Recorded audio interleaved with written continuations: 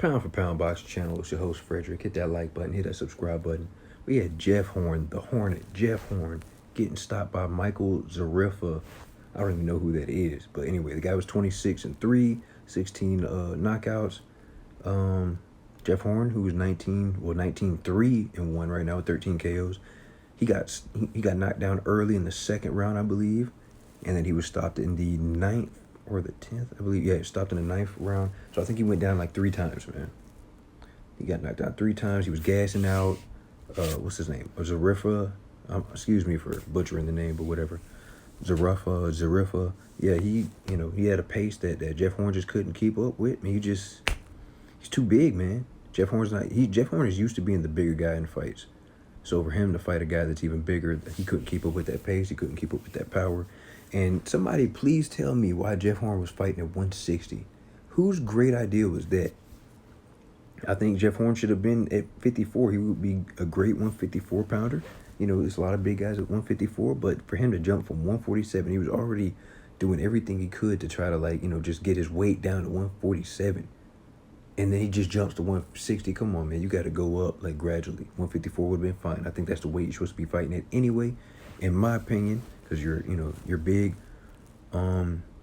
Supposedly I think it was an agreement that if Jeff Horn would have won, he would have fought, I think, Marietta or something. What's the guy's name? The WBA regular, I believe. Was it Royta Murata?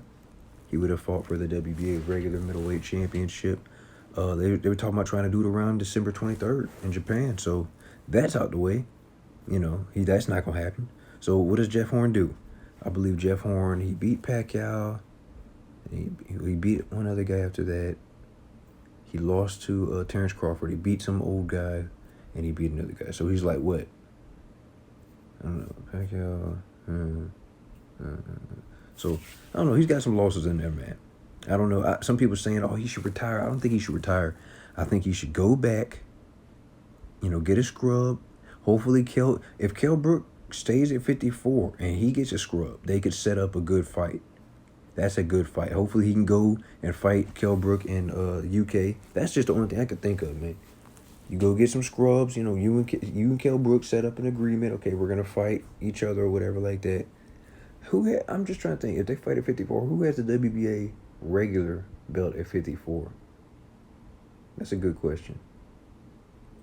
Because maybe that could set something up for possible, little mini tournament for that little belt at 54, man. But anyway, Jeff Horn, don't cry about it. You took a chance. You went up to 160. You should be fighting at 54.